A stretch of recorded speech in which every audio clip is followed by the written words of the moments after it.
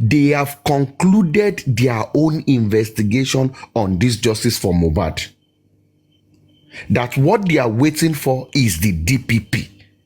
So now, tí ọlọ́pàá bá sọ ìyẹn wípé lọ́dọ̀ tàwọn o, àwọn ti parí investigation tiwọn, ṣé ẹ feel pé gbogbo kí lọ́lọ́pàá fi ṣe investigation tiwọn? Is it not the first statement tí gbogbo wọn ti kọ ni? And don't forget the fact that the coroner inquest is not an investigation place. O lè lọ síbẹ̀ kó lọ parọ́, o lè lọ síbẹ̀ kó lọ sọ nǹkan tí ò rí. It is just a fact-finding place. But àwọn illiterate Wúkì Jesse yẹn náà fi pé láti coroner inquest wọ́n lọ sí court straight ní no kò ń ṣe bó ṣe ń work nìyẹn. Findings inquest wọ́n máa gbé lọ fún DPP. Àwọn wo ló wà ní DPP should be the question. That the police are saying they are waiting for the director of public prosecution. Tí inquest náà gbogbo nǹkan tó fẹ́ ṣe ọ̀dọ̀ DPP ló ń padà sí. This is not about social media, we are talking of real life. Kí lẹ feel pé ó mú Primeboy tó fi ń jáde tó ń pariwo káàkiri tó ń grant interview sí yìí tó ń pariwo wùn mí o. It is because they know something is not right somewhere. Gbogbo ìtí Bukky ń jáde àwọn wá nọ́ọ̀sì lọlé àwọn ṣe kíní kankan is a lie. Sherry, if you ever study case dada, strategy tán lò pẹ̀lú àwọn spending àti Primeboy òun náà fẹ́ lò pẹ̀lú nọ́ọ̀sì yìí. The same strategy tán lò pẹ̀lú Primeboy àti spending náà fẹ́ lò pẹ̀lú nọ́ọ̀sì yìí tán lè ti sáré preempt ẹ̀ tán ti máa jọ sọ̀rọ̀ wípé kíní kan. That is not it. That is not it. But nǹkan tí mo mọ̀ I understand ẹsẹ̀ gangan tí nù tèmi ṣe ń dùn pẹ̀lú gbogbo nǹkan tó ń ṣe yìí is the nurse that tí inquest ti gbà wípé kó wá. Nọ́ọ̀sì máa jáde ń sìn náà. Tí nọ́ọ̀sì bá ti jáde ní ìsinyìí nọ́ọ̀sì á sọ number one ọjọ́ wo náà pè ẹ́ tó lọ síbẹ̀. I establish fact ẹ̀ nígbà tó débẹ̀ condition wo ló bẹ́ẹ̀ nìyí. I establish facts here.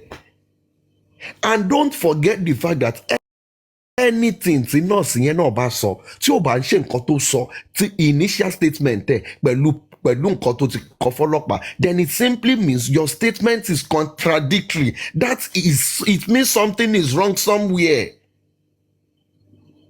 So àwọn ẹnìkan ṣo tó jẹ́ wípé in this whole thing táṣì lè sọ pé òkè ìwọ ti jẹyọ àwọn ẹni tó jẹ́ wípé the same statement tó fọ́lọ́pàá òun náà ló padà wá sọ ní inquest. Gbogbo ẹni tó sọ pé nǹkan tá a sọ fọ́lọ́pàá yẹn is under duress eléyìí òun gangan ni mo wá sọ fún yín wà á prove duress yẹn. So Primeboy knows what he's actually doing. Torí ẹ̀ ló jẹ́ pé petition Primeboy against Wunmi ọ̀tọ̀ nìyẹn. But if we are talking Oluwatosin ṣe bẹ́ẹ̀ náà ẹ gbọ́ pé wọ́n sọ pé fídíò wà tí bàbá yẹn fi ń force ẹ̀ tí bàbá yẹn fi ń ṣe kinní kan tí bàbá yẹn fi ẹ mọ̀ pé fídíò wà. Do you know that sọ pé fídíò wà pé recording wà. Tí fídíò yẹn bá wà let them bring it out. Ṣẹ́rí mo sọ nǹkan kan lẹ́nu yìí. I am not supporting Wunmi blindly. I am not here to ibi tí mo dúró sí statement mi lẹ́ni tí mò ń sọ̀rọ̀ wípé mo support me. It is because in my mind and in my conscience I think this is the right thing. So if there is a place tó bá ní fídíò ibi tí Wunmi ti lọ sọ fún ọlọ́pàá o wípé kán da gbogbo ẹ̀ lé Primeboy lórí, they should bring it out. I'm not here to say like people okay tí evidence kan bá wà against Wunmi pé lọ́wọ́ nukú Mohbad wípé mo ṣe fẹ́ máa defend them. No, that is not me. Máa sọ fún yẹn máa gbé lọ bámbám ni. But if as of today Primeboy has that video ṣe rí gbogbo nǹkan tán people yìí ń ṣe yìí MFM láti ilẹ̀ what they do is they rile up people's emotions and interest in this case when they know there is nothing exactly that they are fighting for. So me understand Primeboy ní fídíò ibi tí ọlọ́pàá ti ń fídíò ẹ̀ wípé kan parọ́ ọmọ kan ṣe kíní kankan and your petition ìsìn yìí ẹni sùúrù MFM àti gbawó ní Primeboy ti jáde láti December mà ní kẹ́. Why is it that all through December, January, February, March, April, May, June, this guy never said anything about the police officer forcing him? Wípé wọ́n ní fídíò àwọn ṣe kíní kan. Why is it now? Ṣé ìsìn náà ṣe rìkọ́dù fídíò yẹn ni? Ṣé ìsìn yìí náà ṣe rìkọ́dù fídíò yẹn? ṣé ẹ mọ̀ pé nígbà tí wọ́n tún gbé ẹ mọ̀ pé wọ́n tún gbé ìgbà tí wọ́n tún gbé ló ń sọ pé tó sọ pé wọ́n sòun mọ́ ṣíà pé wọ́n á kọ́ fòun mọ́ ṣíà ṣé ẹ mọ̀ pé ó dé ńgbà yẹn ó ń pariwo lórí pé policeman yẹn ó treat òun bad pé the policeman he treated him bad wọ́n go in details kò fi bẹ́ẹ̀ go in details náà mo rò bí wọ́n ti wá kúkọ̀ irọ́ báyìí sí ní ìmọ̀ bó ṣe ṣe for him to be saying on social media Aries sọ pé fídíò wà Aries gan ló sọ pé fídíò wà pé they have a recording of that where he was forcing him to say that. irọ́ ló ń pa MFM ẹni sùn bring it out. Aries tẹ́yìn ti mọ̀ tèmi àti yín jọ mọ̀ lórí áàpù yìí tí Aries bá ní fídíò yẹn á ti play ẹ̀ tipẹ́tipẹ́ cause kò ní farabalẹ̀ tó yẹn Aries á ti play fídíò yẹn tipẹ́tipẹ́. And Cherry, this whole thing, what we want and what we have been asking for is evidence. Kí wọ́n mú evidence yẹn jáde ibi tán ti sọ tán ti ṣe kíni kan ok ọlọ́pàá handcuff ẹ̀ wọ́n ṣe kíni kan ṣé Wùnmí lọ́lọ́pàá yẹn ni? You need to correlate it. Ṣé Wùnmí ló sọ fọlọ́pàá wípé òkè tí bọ̀bọ̀ ẹ̀ bá ti dé o ẹ lọ make sure pé o ẹ parọ́ mọ́ o wípé òun ló ṣe kíní? MFM, why are we acting as if like the statement of Prime Boy is not out there? Prime Boy statement here wà òun ni first person tó kọ́ gbé TVC tó fi ṣe interview now. So this is not about nǹkan téèyàn kan sọ against ẹ̀ nǹkan tí wọ́n gangan fúnra ẹ ti sọ fúnra ẹ nígbà tó lọ sí pàǹtí kó tó lọ surrender rẹ ìwọ fúnra ẹ ló sọ now wípé there was a fight but ńgbà tó ń gbà wọlé ṣẹ ó gbà padà. So ìwọ fúnra ẹ ló sọ now so the evidence are there. He established it to the police. Ṣé ńgbà tó ń lọ yẹn ṣe bóun pẹ̀lú lọ́ọ̀yà ìnájọ wà lẹ́gbẹ̀ẹ́ ara wọn tó sọ gbogbo ọ̀rọ̀ yẹn ṣebí kó tó dípò débẹ̀ gan wọ́n ti máa coach ẹ̀ wọ́n ti sọ everything fún. So gbogbo èyí tó ń sọ yẹn mi rí. The evidence bá wà MFM, let them go and prove the evidence. But you see the thing is this. Tẹ́mi fẹ́ jẹ́ kí gbogbo àjọ rí ni wípé why all this sudden pressure? Why all this sudden pressure from all this angle? By now, èmi fi òpá wọn ló yẹ kó máa jubilate. Wípé Ọlọ́run ṣe o, wọ́n ti grant wa ní request o, wípé kí ni kan. Why this pressure? Why are they looking for the nurse? Why tó jẹ́ pé ìsìn yìí ni Prime Boy ṣẹ̀ṣẹ̀ ń pariwo wípé wọ́n sòun mọ́ ṣíà wọ́n ṣe kíní kankan? Why tó jẹ́ pé ìsìn yìí ni fídíò yẹn jáde àbí ní voice note àbí anything tó bá ní? Why tó jẹ́ ìsìn ló jáde? At least ìtàn fi gbé MFM tán fi gbé ńgbà yẹn á ti máa lọ sí bí àbí 2 months. So why is he not talking about it? Why tán lawyer ò ṣe ti competition yẹn ńgbà yẹn? Why have they not come to social media? Prime Boy every time ló ń ṣe live. Why tí ò ṣe wá kó ti wá pariwo kó ti wá máa sọ̀rọ̀? Ó ṣe jẹ́ ìsìn yìí náà ṣẹ̀ṣẹ̀ lọ ń gba fídíò tó ṣẹ̀ṣẹ̀ wá ń dúró tó ṣẹ̀ṣẹ̀ ń sọ̀rọ̀ kíní yẹn. Gbogbo nǹkan tó ń ṣe yìí, it is just mere distraction. We are getting to the root of the matter. Ṣé ìsọ̀nà by September 11 ọmọ establish everything tó ṣẹlẹ̀ gangan. It will be established. So kí ni gbogbo nǹkan tẹ̀ ń sọ? Ẹni sùúrù kí wọ́n kọrúkọ Karimo as witness. Kí ni Karimo fẹ́ wá sọ? This is not against Wunmi àbí pé kí ni inquest ló ṣàǹṣe ibi tó ti máa sọ fún mi pé ó yá fèsì ẹ̀ ó yá kí ló sọ ó yá ẹjọ́ kọjú síra yín kò sí yẹn bẹ́ẹ̀. Wàá sọ̀rọ̀ tiẹ̀ wọ́n á bí ẹ́ question tó bá ti gbọ́rọ̀ wọ́n á ní kó kúrò ń bẹ̀ wọ́n á tún dé ìtí magistrate bá fi pé ó wà useful ló máa lò.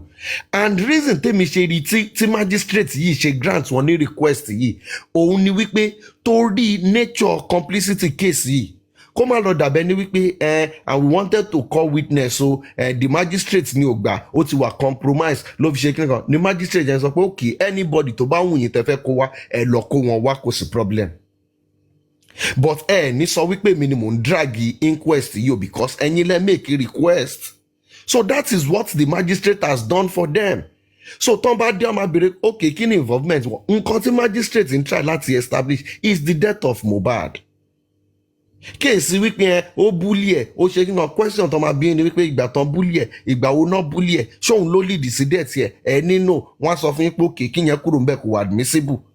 Ókè ẹ pé Kàrímọ́ kí ló ní í ṣe pẹ̀lú kéèsì yìí ta ní ẹ báwo ló ṣe wà related mọ́ the disease kí ló fẹ́ sọ ókè kí ni nǹkan tó mọ̀ nípa kéèsì yìí wàá sọ pé wọ́n larí ẹ̀ mọ́lẹ̀ wọ́n á ní ṣo ní proof àbí evidence wà ní no I did not hear but I saw it online. It is not admissible bọ́sẹ̀gbẹ́ kan. Ẹni tó important jù gangan nínú gbogbo àwọn ẹni tó ń kọ́ yẹn gangan is the nurse.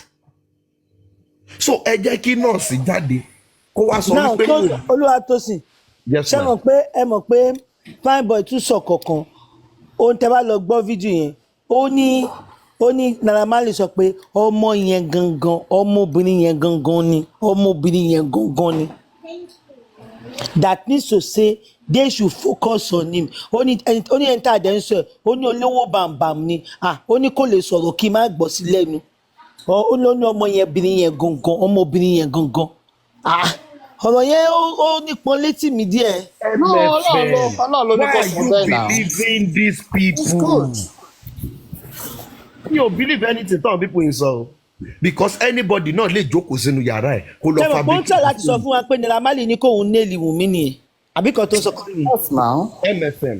MFM orí app yìí ní gbogbo wa jọ wà ní ìgbà táwọn people ìgbé narrative dé wípé wọ́n gún Mohbad wọ́n dẹ̀ bẹ̀rẹ̀ sí ń push ẹ̀ this same prime boy ló gbé narrative wípé there is CCTV in the house wa dè ní ìyá àrí CCTV so prime boy yẹn tún dé nsìn yìí ó ń sọ pé èèyàn kan sọ pé kí ni gbogbo ìtò ń sọ yẹn kó lọ sọ ẹni sùúrù now this guy had the opportunity ó ti sọ̀rọ̀ fọlọ́pàá ó ti lọ inquest so kò sí nǹkan tó fẹ́ wá sọ lórí social media is not admissible gbogbo ìtẹ́ ìsọ yìí iṣẹ́ rí ó kàn dàbẹ́ ní pé fúnra wa a fẹ́ máa fi social media whatsoever nǹkan tí ò bá wo kí prime boy dúró báyìí kó ní òun pé Naira Marley àbó òun pé èèyàn kan wípé ọ̀nà sọ fún òun pé kí ni kan gbogbo yẹn ọ̀dọ̀ ọlọ́pàá àti inquest ni that is what they are looking for it is not about what they are saying on social media gbogbo nǹkan tí anybody bá ń sọ lórí social media content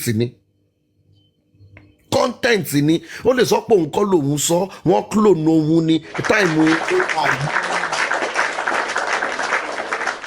evidence gangan tán all people yìí ti parọ́ fún wa jìnnà èèyàn kọ́ lárí fani tó lọ gbé fídíò tó lọ ṣe fake audio tó tún ń play ẹ̀ tí gbogbo wa ń gbọ́ tó ń sọ pé òun pí ọba lòun bá sọ̀rọ̀ òun rí ṣe kíní kankan irọ́ wo làwọn people yóò ti pa fún wa tó fi jẹ́ pé ìsinyìí MFM the thing is anything anybody bá ní in fact tẹ́ fẹ́ fi néèlì Wùnmí gangan yẹn please go and drop it very fast September 11 pẹ́ jù fídíò yẹn ó lè lọ corrupt ó lè ṣe kíní kan kọ́ gbọ̀n lọ àti kọ́ lọ drop ẹ̀. They are saying next week ṣe ti pẹ́ jù. So ó ti ṣe kíní jù. This old confidence tell feel pé this thing is confidence on my own part it is coming from a place of fear tèmi ṣe ń rí nìyẹn èmi ò mọ bẹ́ẹ̀ lómi ṣe ń rí ẹ̀yin lẹ́ ń feel pé confidence ni but I am seeing something in me I feel they know something is wrong somewhere and lọ́kàn tèmi what I feel is that their pathologist would have given them an hint of the result of the autopsy. That is what I feel in my own mind because nísìnyí ẹ̀ ní sọ fún mi pé pathologist wọn ò ti ní brief wọn lórí autopsy results yẹn. So there is something tó ń lé àwọn people yìí and don't forget the fact that these people àwọn tó ń benefit inú ẹ̀ wọ́n ò fẹ́ jẹ́ kí kéèsì yìí parí so they will try to drag it as much as possible. Now that they are writing an application to bring the nurse, in what capacity? Kí náà fi pé nurse yẹn ṣe? Explanation will not make it fún magistrate pé okay this is the reason tá a ṣe fẹ́ gbé nurse yẹn wá. Why is it that all of a sudden now they feel like the nurse is important in this case? tó ẹ má jẹ́ kí àwọn people yìí kan tún gbé wa ní gbogbo. Mr. Tosin, ẹ jọ̀ọ́ ṣé kí n sọ nǹkan kan kẹ́ bá wa káàpẹ̀, right? Yes, ma'am. With their narrative right now, right? They are saying they are new pathologists. Ó rí i pé wọ́n fi ọ̀bẹ gun. So they are now saying pé Wùnmí ló fi ọ̀bẹ gun, pé òun ló wá pe nurse kó wá rán ibẹ̀ yẹn, pé ibẹ̀ yẹn ni nurse wá rán, pé kò sí ohun tí nurse ò lè rán. Okay. So that's what that's where they are pushing the narrative to right now. Wait. That's why they are trying to put fear in the nurse. Wait. They want to know where he's living. They want to know where Wunmi is living, both of them. Ẹ dúró. Ẹ jẹ́ ṣé kí n sọ nǹkan fún yín. Yeah. You see, this whole social media, we have to be very, very, very careful. Pẹ̀lú any information wọn ta fẹ́ máa believe. We all were on this social media platform. Nígbà tó ń bẹ̀rẹ̀ sí ń push narrative wípé Wùnmí gún. Their lawyer Odumosu came out on QH radio láti sọ fún wọn pé gbogbo narrative wípé wọ́n gun iye ohun ọmọbi tó ti wá o because àwọn lọ wo body yẹn àwọn ò rí sign ọ̀bẹ ń bẹ̀. So now let us now agree to their own pathologist now tó sọ wípé òkè òun rí ọ̀bẹ wípé wọ́n gun. ọwọ́ tá a tán ṣó yẹn ni o ó náà bẹ náà fi gun. Òkè ọ̀bẹ náà fi gun ọwọ́ yẹn àbí. That's what they are pushing right now. Wait now. The thing is this. You see, in law, they say he who accuse must prove beyond reasonable evidence. Tó bá sọ wípé ọ̀bẹ náà fi gun, ìwọ lọ́ọ̀yà yẹn, bó ṣe ibi tó ṣe tó fi conclude wípé ọ̀bẹ náà fi gun yẹn, wà á need láti establish ẹ̀. Number 2 ni wípé bó ṣe ibi kíní tó ti ṣe yẹn ló ti rí wípé Wùnmí ló fi gun àbáwọn èèyàn ló ń establish yẹn. Now let us put that one aside. Èèyàn mélòó ló wà nílé yẹn? Èèyàn mélòó ló attest sí fact pé let me tell you something. Spending attested to the fact that he saw the hand ní ọjọ́ Monday morning. In fact, Spending sọ wípé òun gan ni Mohbad fi ọwọ́ yẹn hàn wípé ṣé tó ṣe máa wọwọ́ mi lélẹ́yìí. So Spending also attested to the fact that he was aware wípé Wùnmí gún Mohbad lọ́wọ́. He was aware. And don't forget the fact that Spending was the one who called the nurse. So tí Wùnmí bá gún Mohbad, Spending is an accomplice to that crime. Àdúrà wà nulẹ̀ yẹn, lifestyle wà nulẹ̀ yẹn, DJ Bami wà nulẹ̀ yẹn. So gbogbo wọn pátápátá they are actually accessories and accomplice to that crime because gbogbo wọn mọ̀ wípé ọ̀bẹ tó gún yẹn ló pa. Wọ́n dẹ̀ fẹ́ ti sórí nurse and everything. So the case is deeper than the way they just want to push it. Eléyìí ò ń sọ̀rọ̀ narrative wípé Wùnmí ló wá gún lọ́wọ́. Nígbà tó gún lọ́wọ́ ta ló pe nurse? Ìgbà wo ni Wùnmí gún?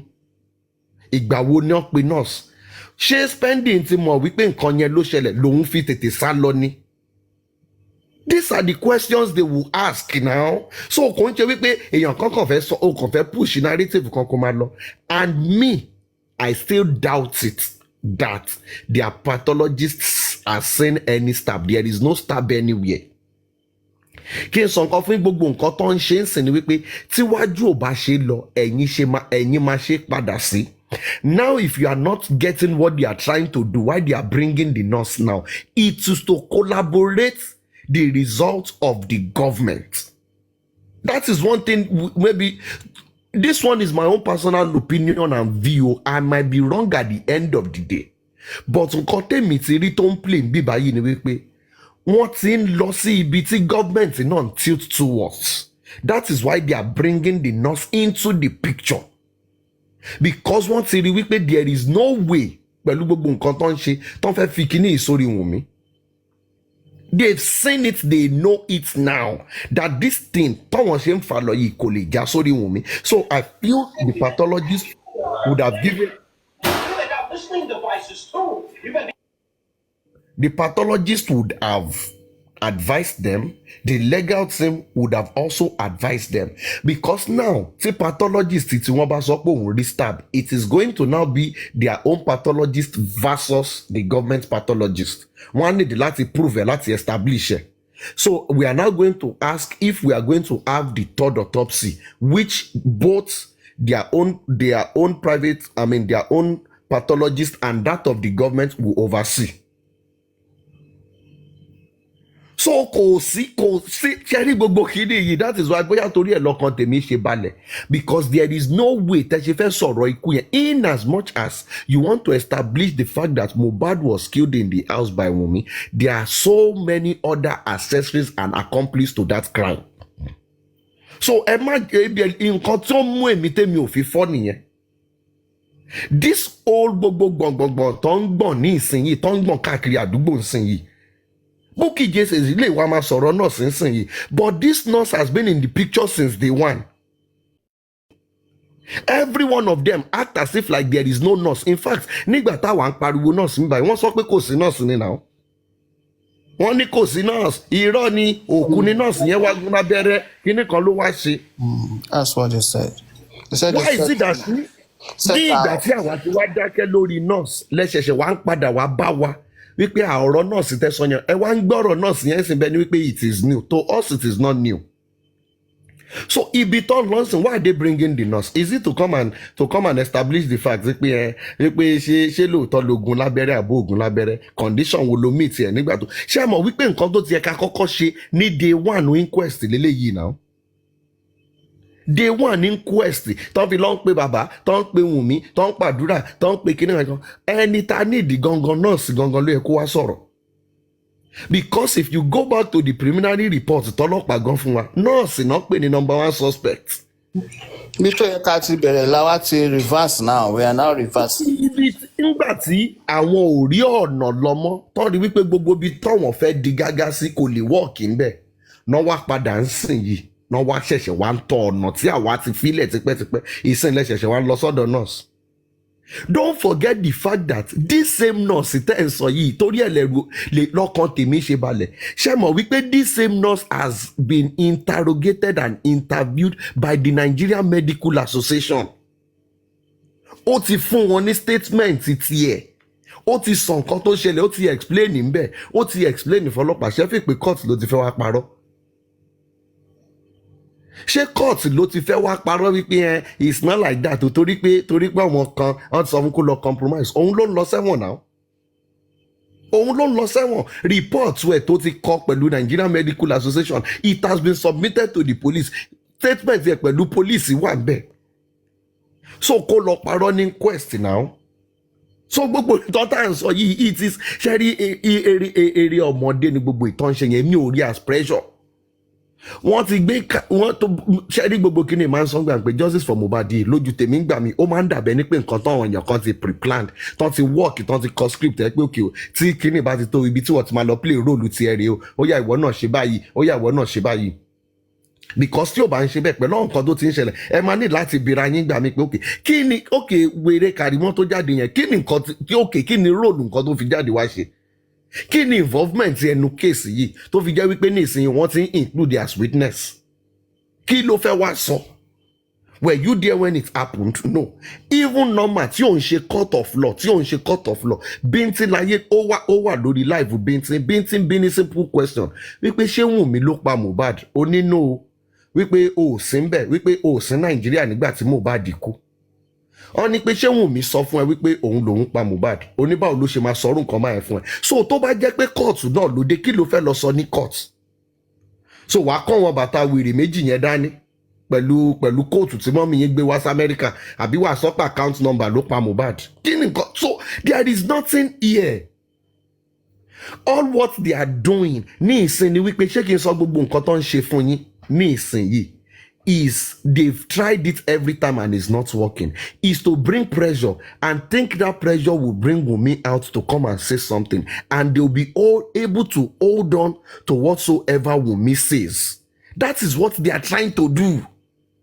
Gbogbo ìtàn ṣe ń sìn yìí, tán pariwo, tán ṣe yìí, tán ṣe ìgbà tí spending lọ sí court tó sọ wípé they fought for 2 hours. Okay, 2 hours tó náà fought fún, what are we lo hold ń sìn yìí? There is nothing anywhere. Lórí kéèsì yìí, èmi máa ń sọ fún èèyàn pé ṣé rí gbogbo inquest yẹn, magistrate fúnra ẹ̀, woman magistrate yẹn, ó ti mọ submission tóun fẹ́ kọ. Gbogbo ìtàn ilé kan ṣe yìí, ó kàn ṣe pé jẹ́ kí n kàn tẹ́ wọn lọ́rùn ni. because ìgbà tán ti lọ last tí woman yẹn tí magistrate ti bi wọ́n wípé òun nídìí new evidence ní kẹ́ kó wá kò ń ṣe pé kẹ́ kàn wá gbà yìí kẹ́ máa rojọ́ ṣé ti ní new evidence ṣé ti ní nǹkan míì ní nǹkan kan náà. So to me magistrate yẹn ti mọ gbogbo ibi tẹ́jọ́ yìí ń lọ ṣé wọ́n ẹ̀ṣẹ̀ anduru case yìí ni ó ti mọ gbogbo nǹkan tẹ̀ ń wá wọ́n á gbé recommendation inquest wọ́n á gbé mọ́tò ọlọ́pàá DPP máa review ẹ̀ wọ́n á mọ̀ wípé òkè ṣé lè yí lo ẹ̀ka charge ṣẹ́ni tó yẹ kó charge rẹ̀ tó bá dẹ̀ sí nǹkan kan tó yẹ kó charge kan dá case wọn dànù wọ́n máa dá sígbó fún wọn ni. ẹ̀ ń ṣe bẹ́ẹ̀ ni pé wípé Aloba family ló ń ṣẹjọ́ kéèsì yóò ń ṣe kéèsì Aloba family. Let us always get it right. It is a Lagos State government case. Tí ìjọba bá dẹ̀ lóhùn òṣẹjọ́ kò ṣẹjọ́ nìyẹn. O ò lè lọ appeal yẹn. Ìjọba ló ń ṣẹjọ́. Ìjọba ló ń ṣẹjọ́. These people are acting as if like pé bàbá Mohbad ló ń ṣẹjọ́. Go and check it. Kò sí nǹkan kan tó ń jẹ́ corona inquest is not Aloba versus Lagos State ló ń ṣe corona inquest. Fúnra wọn gan wọ́n sọ wípé Lagos State government ló mọ ìfọwọ́bọ́dì. So government ló ń ṣèjọba so anybody bá fẹ́ ṣe anything ẹ má bẹ̀rù ìjọba ló ń ṣẹjọ́ but àwọn yẹn wà gọ́líbù wọ́n fi pé bàbá Mohbad tí kéèsì bá débi tán ti nídìí bàbá Mohbad gan wọ́n á pè òun gan as witness pé aláyé wá kí ni nǹkan tó ń ṣẹlẹ̀ eléyìí tán sọ báyìí báwo ló ṣe jẹ́. Wọ́n ní kí bàbá Mohbad gbẹ́nu sí Mike. Ọmọ Nàìjíríà fi gbọ́. tó bọ̀ ṣẹ́rọ̀ wọn tó wà ní side ibẹ̀ yẹn tán ṣe ń gbé kéèsì yẹn wọ́n fi pé it is bàbá Mohbad versus kò ń ṣe bàbá Mohbad versus o bàbá Mohbad ò ní kéèsì kankan pẹ̀lú anybody anywhere. It is based on the discretion of the government to say like do we want to waste state resources to pursue this case. tán bá rí wípé kò ń ṣe nǹkan kan tó wà viable based on recommendation. Nigerian Medical Association ti wá tán ti sọ wípé òkè gẹ́ẹ̀lì yìí nọ́ọ̀sì yìí abẹ́rẹ́ tó yẹ kó fún òun ló fún lóòótọ́ bóyá kíní yìí gbòdì lára ẹni bóyá pé òkè ẹ jẹ́ ká charge nọ́ọ̀sì wípé ó wà professional enough láti lè examine nǹkan tó examine wọ́n lè charge ẹ̀ fún yẹn but it is not going to be maybe manslaughter or maybe murder. Ọlọ́pàá ti get witness ti wọn. Ọlọ́pàá Nàìjíríà kò gọ̀ tó nǹkan tẹ́ ń sọ ẹ̀ tẹ́ fi pé Wunmi is not that powerful tó yẹ pé ọlọ́pàá máa rí pé nǹkan kan kàn tán ti ní lọ gbé. But kéèsì yìí ọlọ́pàá ti parí tiwọn wọ́n kàn dúró pókè ẹ ṣáà máa ṣe inquest yín lọ kò sọ̀rọ̀ ẹ ṣáà máa drag ẹ kò sí nǹkan kan and the more tí kéèsì bá drag kí n sọ nǹkan fún yẹn tó bá ti ní kéèsì rí ní court the benefit lọ́ọ̀yà ni. Lọ́ọ̀yà tó ń sanwó fún òun ló ń benefit inú ẹ̀ because nǹkan tó wọ́n máa sọ fún ẹ ní pé a máa gba sitting allowance fún ẹ ọjọ́ tó bá ti ń lọ court a máa gbowó lọ́wọ́ ẹ̀. So gbogbo nǹkan tẹ̀ ń drag yìí at the end of the day tí inquest bá parí you will now be at the sake of the DPP. Ẹ mọ time tó máa take DPP lè wà lẹ́nu ẹ̀ for the next 1 year tọ́hún tiẹ̀ tí tọ́hún send the report to anywhere ṣe fẹ́ lọ bá wọn ni ṣé wọ́n máa lọ sọ́fíìsì wọn lọ jókòó ni. Ariwo tẹkàn máa pa lórí social media ni the DPP the kíní kan tó bá dẹ̀ gbé recommendation wọn wá máa ṣe náà. In the case of Sylvester Oromoni everybody ló ń wò pé wọ́n máa ṣáàjì school yẹn wọ́n máa ti school pa ní ìgbà tí investigation máa jáde and everything. Wọ́n jẹ́ kó yé yín pé ikú ọmọ yìí gan parental negligence ni. Family lọ ṣe second autopsy pé wọ́n ṣe ṣáàjì school lọ sí court wọ́n ṣe lọ ṣáàjì Lagos State lọ sí court pé kíní kan. So gbogbo ìtàn ṣe yìí mi mọ̀ bóyá fẹ́ni tí ó kọ́lọ̀ má jẹ́ ká rẹ́jọ́ o kọ́lọ̀ má jẹ́ ká rí wàhálà o but ẹni tó bá ti ń lọ sí court tó rí bí proceedings ṣe máa ń lọ and everything you understand the fact that gbogbo nǹkan tó ń ṣe yìí ariwo ọjà lásán ni. To me I feel like gbogbo case Mohbad is concluded already. Gbogbo ìtàn ní kán lọ kó àwọn nọ́ọ̀sì wá kán lọ kó kíní wá it is just to satisfy these people. Okay, ṣé nǹkan tó fẹ́ lélẹ̀ yìí ó yá lọ kó wá. Yes ma'am. Oluwatosin bàbá mi jọ torí Ọlọ́run kí ni purpose tó fi gbé bounty sórí nurse. But unlike Prime Boy àti Spending which Guregzi also confirmed wípé lọ́ọ̀yà wọn ti kóòchì wọn nǹkan tó fẹ́ lọ sọ lọ́hùn-ún. So what they are trying to do with this nurse is to offer her soft landing. Ṣé wọn pé tó bá sọ báyìí a máa dúró tì ẹ́ ẹni kinní kan tó bá jẹ́ legal fee ẹni a máa bẹ́ẹ̀ san a máa ṣe kinní kan so that nurse á lè lọ fún wọn ní narrative tó máa lè súnmọ́ nǹkan tó wọ́n fẹ́. But ní ìsinyìí wọn ò rí nurse wọn ò lè rìkọ́ọ̀dù nurse. Àtìgbà tán ti bẹ́ẹ̀lì nurse kò sí kan nu wọn tó rí nurse ò wá sí social media nurse ò wá dúpẹ́ lọ́wọ́ anybody. So in their own mind they have a fear that if this nurse should just come and just appear kí ni nǹkan tó fẹ́ sọ wọ́n mọ̀. That is the only fear. Mr. Oluwatosin ṣe rí nǹkan tí Bísí mi dá kọ only the nurse stop going to Panti for signing since they announced the bounty. Ṣé mọ nǹkan tán ṣe protection náà gbogbo débẹ̀ náà. Gbogbo kéèsì yìí ó ti parí already. Gbogbo ìtàn ṣe yìí wọ́n kàn waste ara wọn ni because I am very sure nọ́ọ̀sì yẹn náà àti ní lọ́ọ̀yà nọ́ọ̀sì náà àti advice ẹ̀. Lọ́ọ̀sì náà wà lórí ó lè má máa lo account but ó wà lórí social media ó rí nǹkan tó ń ṣe fún Primeboy àti spending fún rẹ̀ ó máa fẹ́ wò pé do I want to be a victim of this one? Ṣé mo kàn fẹ́ jẹ́ káwọn people yìí kàn fi mí lọ push narrative wọn realizing the fact that she is the prime suspect in this case. So ṣe expect kí nọ́ọ̀sì wa lọ kó lọ máa defend kó sọ nǹkan tọ́wọ́n ará social media fẹ́ gbọ́ at the detriment of her own life. Ẹ jọ̀ọ́ má bínú Mr. Oluwatosin. So you said how can they put bounty on a suspect? They did put a bounty on her, $1 million. They did do that. And on social media, they did do that. That's what we call bounty. Ẹ lọ wá ìyẹn ẹ wá ní ìyá nọ́ọ̀sì ò ní palẹ̀ mọ́ ẹ fẹ́ pa ni tẹ́lẹ̀ bá kidnap ìyá nọ́ọ̀sì ọmọ ò ní bọ́ta ni. They did put a bounty on her. Ó lè dọjọ́ inquest yẹn kí nọ́ọ̀sì yẹn má wà. Ó lè di ọjọ́ inquest yẹn kí nọ́ọ̀sì yẹn má wà. Sir, of course ṣé court náà ní protect major witness ni àbí suspect ni. Ó lè má wàá ṣe bí wọ́n ṣe ní kíkà ní mọ́ náà wá kó wá ṣe zoom náà lòun náà máa ṣe zoom. Let me tell you what they applied for here. Tẹ́ bá lọ ń wò this whole application is the fact that they applied to serve all the parties tọ́wọ̀n pè by substitution method dípò kí àwọn fẹ́ post ẹ̀ sínú àwọn fẹ́ post ẹ̀ sórí national dailies and everything and that should serve as an invite to all of these people. Now the thing is this court lè invite a nurse wípé kí o wọ́n invite ẹ̀ wọ́n grant kìnìkan okay that invitation if the nurse does not feel secured or safe to come she would not come. She would not go there. Àwa di ibi tó ti jẹ́ pé court máa wá issue bóyá bíi bench warrant ni o àbí court order láti fi summon ẹ̀ wá. And let me tell you something. This is an inquest. This is a coroner inquest, fact finding. You might go there and tell them you have nothing to say. Kò sí nǹkan kan tí anybody fẹ́ fi ẹ́ ṣe. Kò sí nǹkan kan.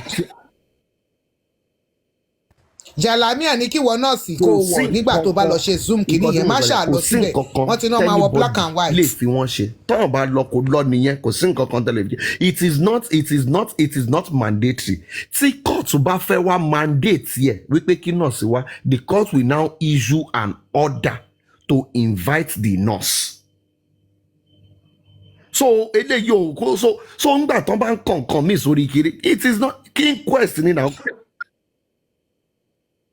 So Mr.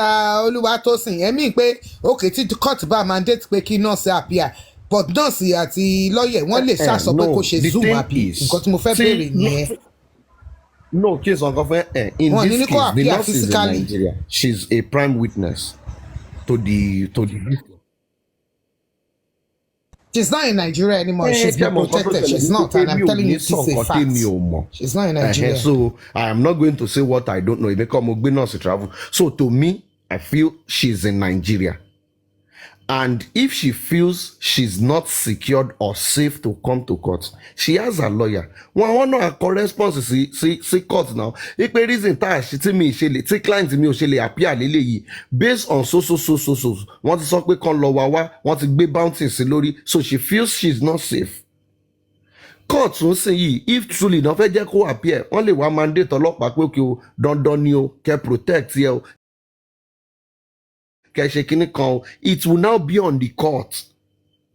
She now can make a request to the court. Wípé òkè tóun bá máa wá o, wọ́n gbọ́dọ̀ fún òun ní special protection. Nǹkan báyìí náà gbọ́dọ̀ ṣe fún wọn and everything. It is now left for the court to protect her and bring her. Don't forget the fact that in this case, court kan ló ń request for nurse. Àwọn bàbá náà lọ́wọ́ fẹ́ gbé nọ́ọ̀sì wá. Mr. Tosin said, "You want to need so right? Yes, I know when I was back home, right? As a suspect, the police have the right to torture a suspect to get the truth out of their mouth. Yes, Yeah, I've seen it several times. They can even tie them up and turn their head upside down. So that rubbish crime boy is talking about is on his own. It's allowed in Nigeria to torture a suspect to say the truth." Àní gbogbo ìtí yẹn sọ ẹ má tiẹ̀ fún bọ́bọ́ yẹn relevance rubbish ló ń sọ wọn pẹ̀lú àwọn tiẹ̀ rubbish ló ń sọ kò tiẹ̀ sí kéèsì nù yẹn me understand. So you be the one to tell the police the modalities they will use to get information from you. So what exactly are you saying? Ọlọ́pàá bí ẹ pé ọ̀bẹ má kẹ̀ǹdẹ̀dà it is normal now. Ó lo psychology fún ẹ láti béèrè question lọ́wọ́ ẹni náà. So kí ni nǹkan tó ń sọ pé kiri? Gbogbo ètò ń sọ yẹn ṣẹ́rí lórí àwọn gullible followers wọn náà máa ń sọ fún tó máa ń fi pé content gidi náà ń sọ lẹ́nu. But if you meet somebody that is reasonable, wọ́n máa bí ẹ pé are you normal? In a presumed homicide or murder case, onípọ̀lọpàá díẹ̀ mọ́ṣíà ọ̀fẹ́ àǹkọ̀fù sẹ́lọ̀ ta ló yẹ kán hang sórí sílẹ̀ kan dorí ẹ̀ kodò. So gbogbo ìtọ́ ń sọ yẹn kò sí nǹkan kan. Ṣẹ́rí Aries tó ń ti prime boy. Aries does not love prime boy. Aries is using prime boy to gallivant for content, to fulfill her own grandstanding. Ni Aries ń lo prime boy fún. To be relevant. That is what she's doing. Àti mi bá rí jòsí láti fi wà relevant. Now let me use prime boy. So kò sí kíní kan bẹ́ẹ̀. I've said it somewhere before, like if prime boy knows and spending knows what is good for them, nǹkan tó yẹ kán lọ wá sí is a criminal lawyer. Criminal lawyer no need ìdìbò yẹn tó máa advice wọn. And the first thing your lawyer is going to advise, ṣẹ́rí case on prime boy yìí ni mo kọ́ rí. In any case, be it theft or anything, once you have a lawyer, the first thing your lawyer is going to tell you is don't talk to anybody. Don't give anybody information. If I am not present, don't say anything. That is the first thing your lawyer will advise you to do in any case. So nǹkan tó mú wọn tó ń sọ̀rọ̀ tó ń ṣe káàkiri àdúgbò, then you will know that these people are not legally guided. They are not legally guided.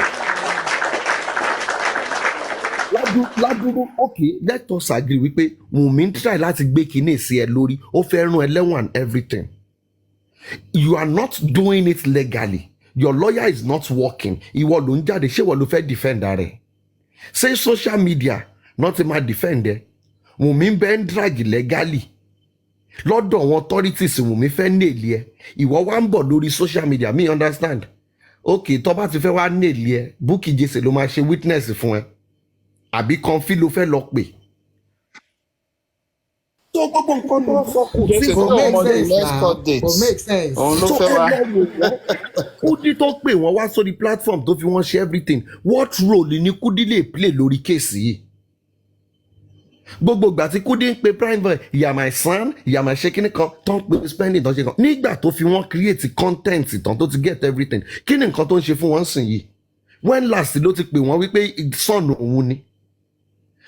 Kúdí tún sọ títí nígbà tí prime boy gbẹ́la fún ni pé kán máa sọ̀rọ̀ o, ọmọ mi ni, ọmọ lè búyà, ọmọ lè ṣe kíní kan. Níbo ni gbogbo romance yẹn níbo ló dá lé sìn yìí?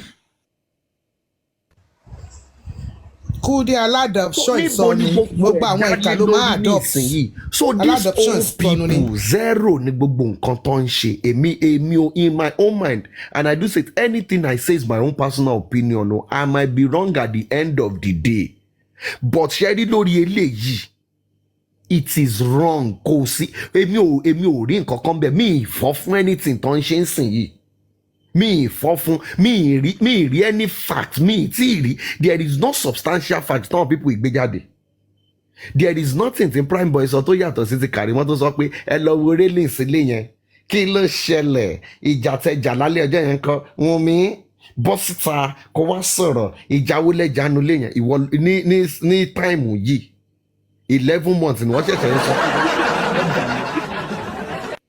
ilé tí pólíìsì ti dé tán ti ya fọ́tò everywhere tán ti mọ tó wá. ìwọ ló ẹ̀ṣẹ̀ fẹ́ mọ ẹni sùúrù ìwọ ló fẹ́ máa sọ railings fún wa ṣé mo gbà tán ti analyse railings kò ń sọ̀rọ̀ oṣù márùn-ún sẹ́yìn tó bá máa wá ṣẹ́rí anybody tó bá fẹ́ gbé nǹkan wá sí tuntun ni kò gbé wá.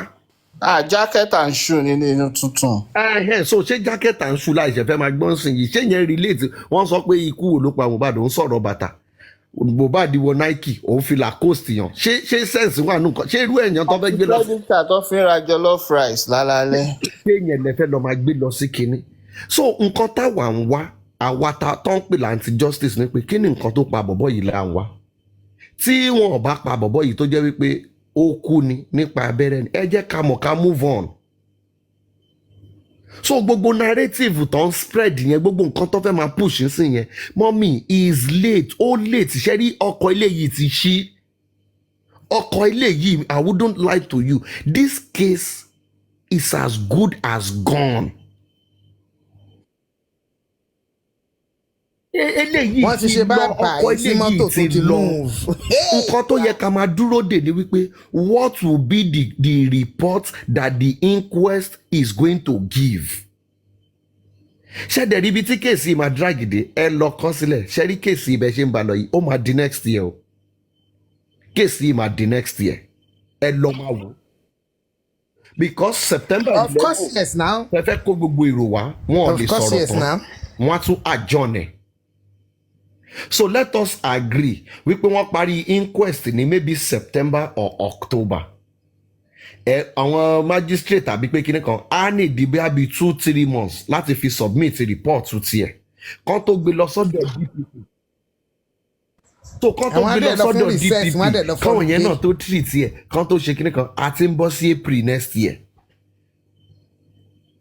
So ṣe rí pé gbogbo nǹkan tó ń ṣe yìí so this whole thing ni lójú tèmi ṣe rí àwọn ẹni tó ń sọ kí ẹ kìnìkan they know what they are doing they want to drag this whole thing because wọ́n ti mọ̀ wípé tí ò bá ń ṣe gbogbo application tó ń lọ fà yẹn tó ń lọ ṣe kìnìkan ni there is every possibility kó jẹ́ wípé pathologist ló yẹ kó dẹ̀ sọ̀rọ̀ and don't forget something ni wípé láti ìbẹ̀rẹ̀ ké corona inquest yìí ni magistrate ti sọ fún wọn wípé ìgbà tí pathologist bá máa wá òun nìkan gbé nọ́ọ̀sì wá.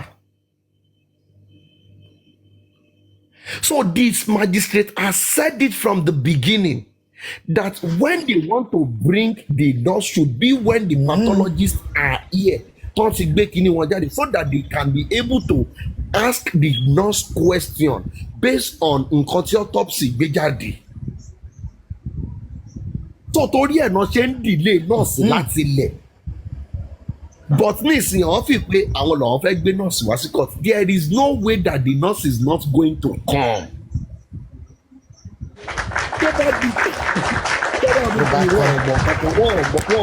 wọ́n mọ anything ẹni ṣàmọ̀ wípé ó lè di September 11 yẹn kan sọ fún pé orí ń fọ́ magistrate kò wá náà nìyẹn náà wọ́n á tún àjọ̀nù ẹ̀ ní.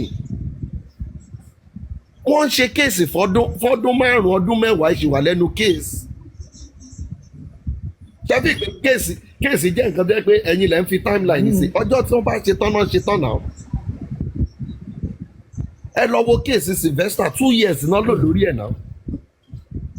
Sylvester kéèsì ẹ̀ 2 years náà lò lórí ẹ̀.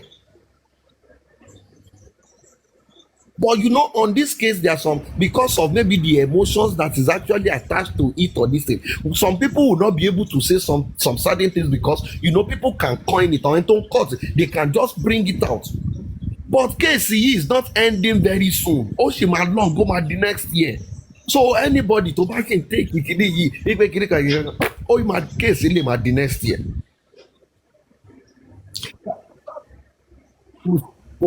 So Mohbad máa gbẹ sínú kúlà bẹ́ẹ̀ yẹn náà níbẹ̀ bá àṣà fún 2 years or 3 years. wọ́n sọ pé no wípé kọ́má ti bẹ́ẹ̀rì wọ́n bẹ́ẹ̀rì evidence so kọ́ keep evidence yẹn. They should keep the evidence. Àánú ni o. Because tẹ́ bá ń wo pattern tí kíní yìí ń lọ September 11 pẹ̀lú adúrú gbogbo ẹni tó pè yìí like 5, 6, 7 suspects ṣé gbogbo wọn lè sọ̀rọ̀ tán ni. So definitely everybody ò bá sọ̀rọ̀ tán wọ́n adjourn ẹ̀ náà. Ọ̀run má fi mí jẹ́ ìyá o. So from September ẹ lè blame magistrate ẹ̀yin lẹ́lẹ́ fẹ́ èèyàn tó wá rojọ́ tó bá dẹ̀ ti rojọ́ ṣe mọ̀ pé magistrate ní time tó máa close tó bá ti tó time tí magistrate ti close ó ti close ni ó ń lọ lé ẹ̀ nìyẹn. Gbogbo ìta sọ láti ṣe October last year di ìsìn yìí ẹgbẹ̀rún mélòó náà pè láti October last year baba Mohbad Wunmi àdúrà bámi ẹni sọ̀rọ̀ bámi gbogbo wọn náà pè spending àwọn mẹ́fà péré náà pè dà. Àwọn tó ti sọ̀rọ̀ ni mò ń sọ wọ́n mélòó ti sọ̀rọ̀ àwọn mélòó. Okay. They are just like 5 or 6 wọ́n ti sọ̀rọ̀ ní inquest now you are bringing another 6 or 7 so we should know that we are waiting for another 1 year again now another 1 year nìyẹn now because last year October tó ti bẹ̀rẹ̀ inquest last year October last year ní inquest ti bẹ̀rẹ̀ èèyàn mẹ́fà bí like I guess 6 of them ló sì sọ̀rọ̀ èèyàn mẹ́rin family Mohbad dem primary and spending láti ìgbà yẹn that is what they've been so nísìnyí you are bringing another like 6, 7 witness again that is going to drag again now and then má gbàgbé tó bá ti ń di bí September October November court ma close for the year wọ́n á lọ recess so kí náà tún fẹ́ sọ again. So gbogbo eléyìí èmi ò so gbogbo we should be able to read beyond ibi tí gbogbo kíní yìí ń lọ there is nothing there. Mr. Oluwatosin ẹjọ́ ẹ ní pé September kìíní kan yẹn court máa close for recess ní Naija bí. Court máa close. Ẹ pé màná máa gbé gbogbo wọn ṣẹ́ kọ́ńfì màmá ṣépè ńlá fún gbogbo àwọn judges yẹn ni kọ́ máa lọ close o. Kóòtù ní kàlẹ́ndà there is a date for all these judges to go for vacation. It is wọ́n ní kàlẹ́ndà tí wọ́n normal thing ni kò ń jẹ́ pé torí mo gbogbo case ni it is not just on one case gbogbo court ni I guess it's sometimes in October ló máa ń bọ́ sí tán judge yẹn máa ń lọ sí vacation even tẹ́ bá lọ sí high court appeal court or whatsoever àwọn vacation judge ló máa ń wà ń bẹ̀ and it is just for some selected cases. Wọ́n máa adjourn gbogbo case ó di next year so gbogbo ìtàn ṣe yìí kò sí nǹkan kan bẹ́ẹ̀ ó di next year wọ́n máa adjourn gbogbo case ẹ̀ tún wá next year kẹ́ tún wá bẹ̀rẹ̀ fún ọjọ́. Kànfíṣó ti gbá o wọ́n sọ wípé wọ́n ń lọ fọ́lùdé má tún gbé wọn ṣépè o tọmọtọmọ o ẹ̀bẹ̀ là ń bòṣìkà o kó bá wa túlù bàbá ẹ̀ ṣe o mọ́ bínú wọn náà ń lọ fọ́lùdé o rìsẹ́ẹ̀sì náà ń pé o ọ̀nkú tó Oluwatosin máa sọ̀rọ̀ lọ jàre mú kọ́ ní kí n announce yẹn ni. tí mo máa ń sọ fún àwọn èèyàn wa ká ṣe ń sìn yìí ni wípé you see mọ́mì ní ìdí láti you see to me Comfy or anybody is irrelevant in this case and most times tá bá dárúkọ wọn gbà mí àwa là ń jẹ́ kó máa feel important ẹni sùúrù ńgbà tó pariwo ńgbà yẹn tó ṣépè tó ṣe kíní kan ṣe mọ̀ wípé ńgbà tọ́wọ́n ẹni tó mọ implication nǹkan tó ṣe tán sọ fún rẹ̀ ó sáré padà lọ ó lọ bẹ̀bẹ̀. That's my business with kema enlighten the literate and tí o mọ due process tí o mọ bí court of law ṣe ń work so expect pé judge kan á ṣiṣẹ́ láti January á ṣiṣẹ́ di December ni. No, now they have every court, they have their own calendar, they have their own schedule. Wọ́n fẹ́ kàn ṣiṣẹ́ 365 days nìyẹn now ó tẹ̀ wá òkè even láàrin ẹ̀ gangan olúkálùkù judges ló ń gbọ́lùdé wọ́n ṣàlámọ́ wọn bímọ ẹ má ṣàṣepè fún wọn ní kan fíjọ́ o má tún ní ká fọwọ́ wọn. èpè yẹn ní kẹ́ ẹ̀kọ́ lè jù wọn láti ṣẹ́ èwo ni pé kó jọ kó má ṣe pè. kí ni Mr. Tosin Otunde o hello Mr. Tosin okay did you see the affidavit? Yeah, the one they yeah. Can you believe what is there compared to what they are saying on social media? Is it the same thing? Terry, the thing is this. Torí ẹ̀ lèmi ṣe ń sọ fún torí ẹ̀ lèmi ṣe máa ń most people wípé torí ẹ̀ ó pẹ̀lú nǹkan tí mo sọ fún MFM wípé ṣe rí àwọn tó ní kéèsì gangan. One thing we have failed to understand in this whole justice for Mohbad ni wípé àwọn èèyàn kan wà tó jẹ́ wípé àwọn gangan náà wà directly involved nínú kéèsì yìí. Àwọn tó wà directly involved nínú kéèsì wọ́n mọ òótọ́ ọ̀rọ̀ wọ́n mọ bí kéèsì ṣe jẹ́. Ṣé rí àwọn wèrè social media yìí tán wà involved in any way àwọn gangan náà ń da gbogbo nǹkan rú. Tẹ́ bá rántí nígbà tán lọ sí Àbújá táyà mi ń ká jáde tó sọ wípé bàbá lórí DNA o máa sáìnì nǹkan kan o máa ṣe kinní kan o wọ́n ní Gúrẹ́sì anti-justice ó ti gba bọ́dé ó ṣe kinní kan ṣe kan ṣé at the end of the day ó ṣe gàtẹ́ kò ṣe gàtẹ́ ṣáà gbọ́ pé wọ́n ní pé kí bàbá yẹn sáìnì nǹkan. So the truth of the matter is àwọn tó wà directly involved lọ́wọ́n tó ń sign affidavit àwọn tó ń meet pẹ̀lú legal team lọ́wọ́n tó ń wà níbẹ̀ nígbà tí legal team bá ń brief fún wọn tó ń bá wọn sòtọ́ ọ̀rọ̀ they know the truth. And the truth is what they disposed in that affidavit. Ṣé fìpọ́n máa lọ parọ́ ń bẹ̀ yẹn ni níwájú òfin ló ti fẹ́ lọ parọ́. Surprise o pé kò ń ṣe ọba ẹlẹ́gùsì ọkọ̀ síbẹ̀ àti pé stab. No ní ibẹ̀ yẹn tó expect pé ok kí lẹ̀ expect kọ́kọ́ DNA sí i. Pé wọ́n stab wọn ni wọ́n stab ẹ pé ìyàwó ẹ̀ ló gùn pa àbí eré kan wo péré. These people are crazy. Why can't he just correct his people? Wèrè justice queen àbí kí ni wọ́n pe wèrè Suzy yẹn. Come on, mẹ́mí pa ń gbàgà. It's not in the affidavit now. Why are they making noise? There are two versions of these cases, and that is one thing I do always tell our people. Tó bá ń fi so much emotion sínú kíni yìí. There is a version of justice for Mohbad and how Mohbad died tó jẹ́ wípé online nìkan ló ti ń work. Online nìkan ni narrative yẹn wà. Ẹ lọ wò dáadáa láti day one tí Mohbad ti kú di ìsìn yìí tẹ́mi pẹ̀lú níjọ ń sọ̀rọ̀ yìí mi ìmọ̀ anybody tó bá ní ẹ lọ mú ẹ lè rí one place tí jòsí ti sọ fún yín pé wọ́n stab Mohbad. The closest tó ti sọ ni wípé òun rí pool of blood kò sọ in fact the origination of that pool of blood kò sọ. So Josie knows ní ìgbà tó lọ sí inquest ó sọ ń bẹ̀ wípé nígbà tóun débẹ̀ wọ́n ṣàlàyé fóun wípé nọ́ọ̀sì ló ṣe kinní kan ló ṣe kinní kan. This man will also come on social media to come and give another version wípé wọn ò pe òun wọn ò pe bàbá ọmọ nígbà tó máa fi débẹ̀. So we should know what we are actually doing. We should know. Kò dẹ̀ kọ́ síbẹ̀ pé àlè ló pa Mohbad. So version kan wà tó jẹ́ wípé ìyẹn version tó mówó wá ìyẹn náà ń pè ní online version ìyẹn lẹ ti rí yìí online version òun ni gbogbo wa òun ni most of them jókòó lọ́dọ̀ láti tí gbogbo wọn jọ analyse online version náà analyse. Version original gangan òun lẹ rí táwa ti ń sọ láti September yẹn òun ló jáde nínú affidavit yẹn. If there is one thing tí affidavit yẹn ṣe ó justify nǹkan tí àwa ta wà ní side b ta ti ń sọ̀rọ̀ lé lórí for months.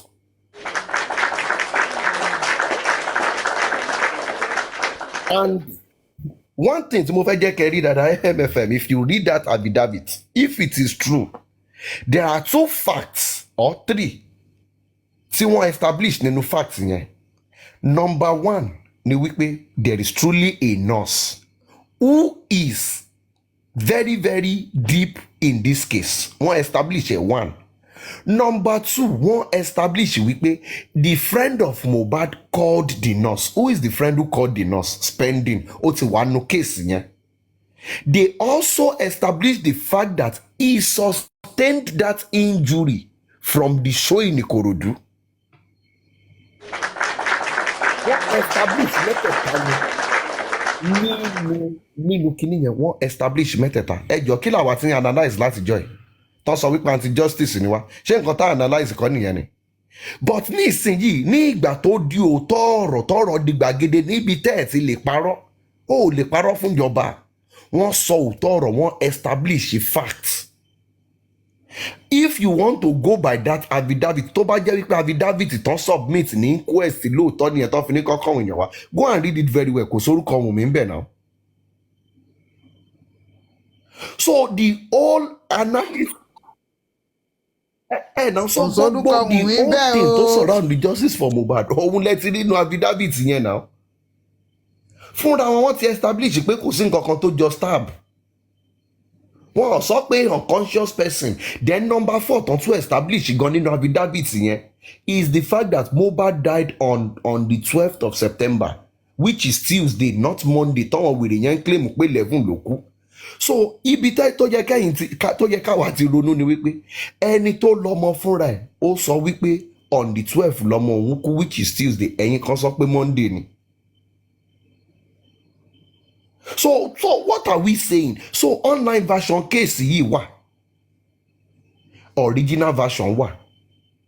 Ní ìgbà tán lọ gbé narrative stab wound wá wípé stab wound wà, ṣe bí gbogbo wa pátá la gbọ́ ní ìgbà tí lọ́ọ̀yà wọn sọ wípé kò sí nǹkan kan tó jọmọ́ stab wound, wípé ibi tán ti lọ rí narrative yẹn àwọn ò mọ̀. Ṣé lọ́ọ̀yà wọn kọ́ ló sọ ni? Àwọn dẹ̀ ní kọ́sà àti lọ́ọ̀yà kó gbàbọ̀dì. So kí lẹ wá ń sọ náà? So kí lẹ ń sọ? So the thing is, tẹ́mi rí pé àwọn jòsí ṣe ni wípé online version yìí òun ló mú wá, ẹ máa flow pẹ̀lú online version. But tán bá ti débi tán ti fẹ́ lọ sòótọ́, bàbá yẹn mú òótọ́ fúnra ẹ̀. Bẹ́tẹ̀ pé tán gbéra wọn ṣẹ́ ń kọ́ tọmọtọmọ. Ẹ ní sùúrù, gbogbo àwọn tó ń ṣe ìṣọ́rù láti ìjọ yìí mélòó ló ti ṣẹ́nu ẹ̀? Àdúrà mélòó ló ti gbà? Láti ẹ̀ nádúrà àwọn ò gbà báwọn ò ṣe. Gbogbo àwẹ̀ àtàdúrà tó ń gbà, gbogbo ìṣọ́rù lójú lórí èwo ló ti ṣẹ́nu ẹ̀? Gbogbo ìpè tán ti ṣẹ́, gbogbo ẹni tó tán ṣe pé ọ̀tá ọmọ Liam yẹn o kò ní pọ́dún kan, kò ní póṣù mẹ́fà, kò ní ṣe kí nǹkan sọ́mọ̀ ò ti pọ́dún kan, ṣé kò ti máa ṣé lójú wọn kọ́ ló ti ń gàzọ́ lọ ni? Pé wọn ò lè ṣe anything ní gbogbo ìtàn ṣe yẹn. Ṣùgbọ́n ṣẹ́rí at the end of the day ẹ lọ watch yẹn, ṣẹ́rí by the time tí case yìí bá máa fi dé stage kan, ṣẹ́rí gbogbo wọn tán ṣe máa drag baba Mohbad, wọ́n á drag yẹn because they will realize the fact that they were just being used. They were just being used. So kò sí nǹkan kan tẹ́nibọ́dì lè ṣe lórí case yìí. Ẹ má jẹ́ àtọ́ra wa. Kò sí nǹkan kan bẹ́ẹ̀. What we are waiting for is for their autopsy to come out and support narrative òfò tán ti ń gbé yẹn. Torí ẹ̀, if you look that affidavit very well, very very well, then ẹ máa understand the reason tí Primeboy ṣe ń jáde ní ìsinyìí tó ń sọ wípé Wùnmí mi nígbà mi ní ṣe kìnìkan. Èmi in my own belief, I'm saying it again, I feel that their pathologists have given them an analysis of that autopsy result. Which is the knife. Pé ọ̀bẹ náà fi gún níbẹ̀ yẹn. Ẹ má jẹ́ káwọn pípò yìí, ẹ má jẹ́ kán dá wà lórí irú, kò sí case kankan bì kan. Èmi ti sọ tipẹ́tipẹ́ pé justice for Mohbad lọ́dọ̀ tèmi the only thing tèmi dúró dè lórí justice for Mohbad is for Mohbad to be vindicated. Wípé ìjẹ́ yìí o kò lọ́wọ́ nù kú ọkọ ẹ̀. Ìtòbá dẹ̀wọ̀n yìí kẹfẹ́ ṣe family problem yín nìyẹn. Níbi tó délé nìyí nǹkan sí nǹkan kan, because it's just that if you say some certain things ó máa dàbẹ́ ní pé àbúyẹ́ pé mi ìgbówó lọ́wọ́ anybody ò fún mi £1 wọn ò ra data fún mi. Níbi tí kéèsì yìí they made a whole lot of mess regarding the death of this guy. Fúnra wa gan àmọ́ nǹkan tó jẹ́ justice mọ́, nǹkan tó ti most of us síta nípa justice, wọ́n ti dá gbogbo ẹ̀rú. so nǹkan tẹ́mi believe ní pé gẹ́ẹ̀ yìí èmi ò feel pé gẹ́ẹ̀ yìí ló pa bọ̀bọ̀ yìí o. So I just want that clarification. Tẹ́ bá dé lọ́la tẹ́ mú confirm evidence dé tó show wípé lóòótọ́ Wùnmí ló pa and everything. Justice ti dé náà nìyẹn. Ẹ máa gbé nǹkan yín lọ. Because ẹ̀ ní sọ́pọ̀ ọlọ́pàá ní evidence nísìnyí tó fẹ́ fi nail Wùnmí. Èèyàn kan wá wà lórí platform. Wàá máa sọ kí they should not do it. Kò possible. Let the law go and take its course. But till then, tẹ́ ẹ̀ bá ti ní valuable evidence, àrí sọ ní gbogbo ìtẹ́ ń sọ yẹn. So if they come out tomorrow, tí pathologist wọn tó lè collaborate story tán ni wípé tó bá jẹ́ pé the same thing náà ni wípé inconclusive náà ni àbí pé wọn ò rí nǹkan kan kò ń ṣe pé ogun lọ́bẹ̀ o kò ń ṣe pé kò ṣe kan, then lọ́dọ̀ tèmi justice for Mohbad ti tán. Ìtó bá dẹ̀ kù Ọlọ́run á fún family wọn ní closure.